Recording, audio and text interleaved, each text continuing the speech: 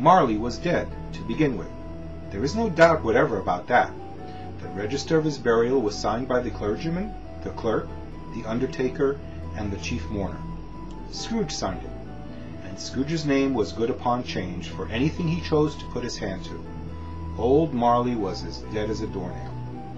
Mind, I don't mean to say that I know of my own knowledge what there is particularly dead about a doornail. I might have been inclined myself to regard a coffin nail as the deadest piece of ironmongery in the trade. But the wisdom of our ancestors in this simile, and my unhallowed hand shall not disturb it, or the country's done for. You will therefore permit me to repeat emphatically that Marley was as dead as a doornail.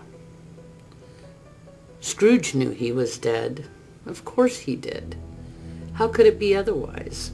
Scrooge and he were partners for I don't know how many years.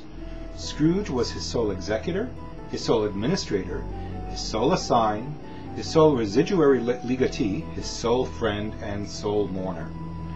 Scrooge never painted out old Marley's name, however. There it yet stood years afterwards above the warehouse door, Scrooge and Marley. The firm was known as Scrooge and Marley. Sometimes people knew the business called Scrooge, and sometimes Marley. He answered to both names. It was all the same to him.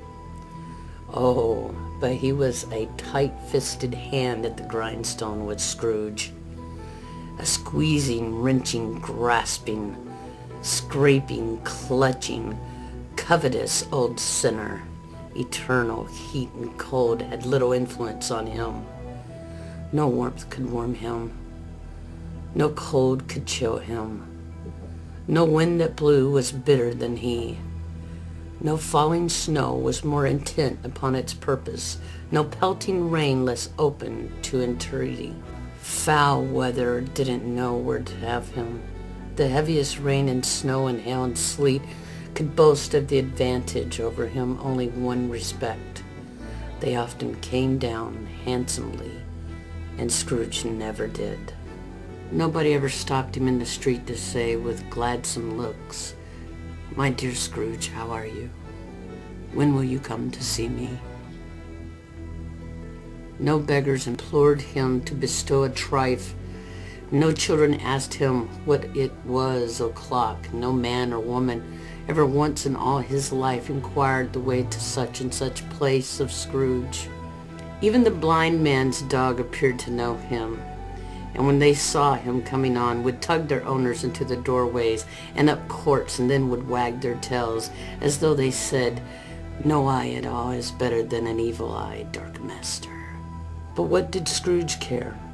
It was the very thing he liked, to edge his way along the crowded paths of life, warning all human sympathy to keep its distance, was what the knowing ones call nuts to Scrooge.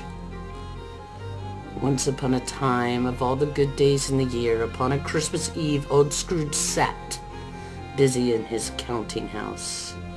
It was cold, bleak biting, foggy weather, and the city clocks bad, only just gone 3. But it was dark already.